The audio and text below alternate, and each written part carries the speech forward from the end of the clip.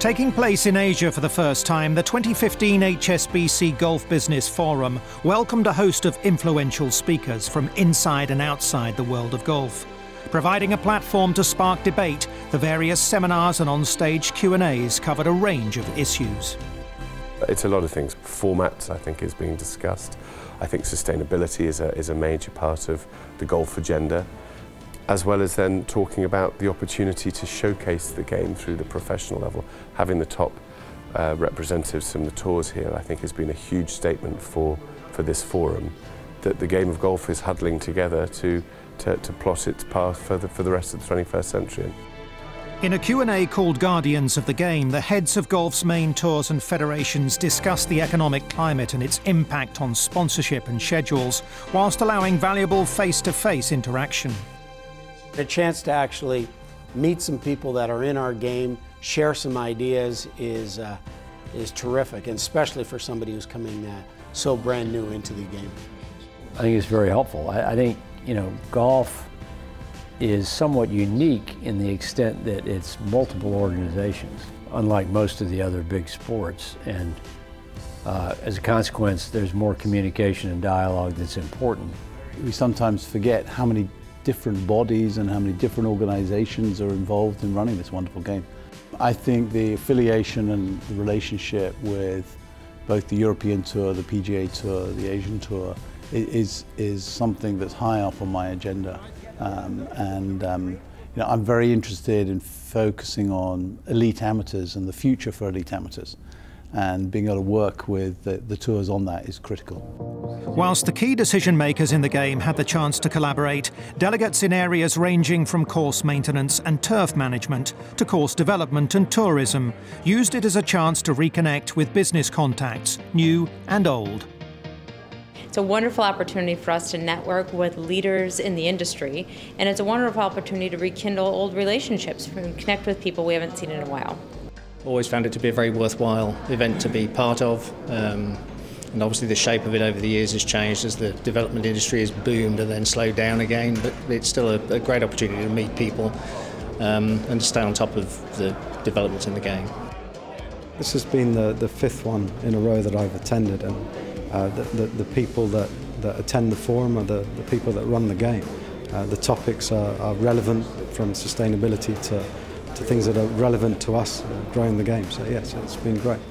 Typically you'll come away from a forum like this and you've maybe made one or two kind of connections of something that you then follow up and make happen, which maybe that in itself is a good enough return on the investment of coming, but you've got basically the brains of the golfing world here, and if you can create the right kind of environment for them to brainstorm and innovate, then I really think it's a great opportunity. Well, I think it's the only time you actually can get people together to start talking about new ideas and what people are thinking about, whether it be technology and anything else that's going on. And also all the issues that people in different regions face, so that if that happens in Asia that's not happening in Europe, people can hear about them and see if they need to address them. The forum's host city, Shanghai, is also the destination for the WGC HSBC champions, which plays a major part in efforts to spread the game across China and Asia. We're a global tour. We have 47 events in 27 countries and 4 regions of the world, and obviously Asia is a critical part of it. And we're having ongoing discussions with the Asian Tour. So to have this conference here in Asia is a natural extension of what we're trying to do. The role of players, and in particular the millennials as they've become known, is undoubtedly key to sustaining and spreading the game's global appeal. This is confirmed by findings of a major survey launched by Repucom, an advisor in sports and entertainment intelligence.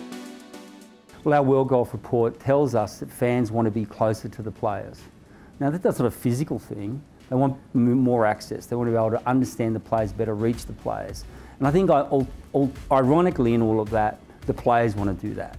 And I think the custodians of the game are willing to open up those opportunities and those channels for the fans and the players to come together. And I think, again, it'll only strengthen the game as it stands.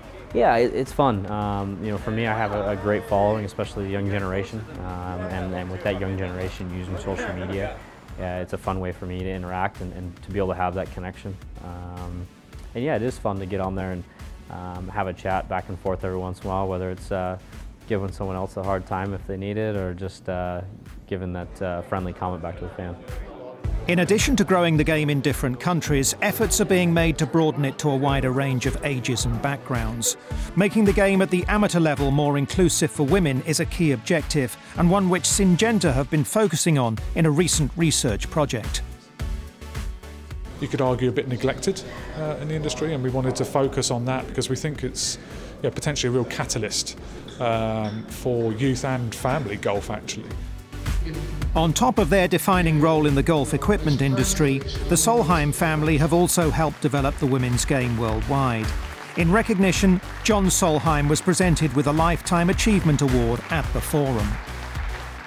You know, I just like to leave things better than what I got them. There's a lot of things in the industry that the ladies' game, being able to do the Solheim Cup and do other things for the ladies, and then have the best players in the world playing our clubs. That's a real satisfaction, and that just gives you the drive to go farther and farther. For the second year running, the Forum featured an Innovation Award won by Golfin, a start-up manufacturer of quirky golf equipment for juniors. Innovation is a key pillar of the Forum, and there were numerous speakers pitching ideas on format, technology and media strategy. With all the key protagonists working in tandem, the game's future prosperity looks to be in safe hands.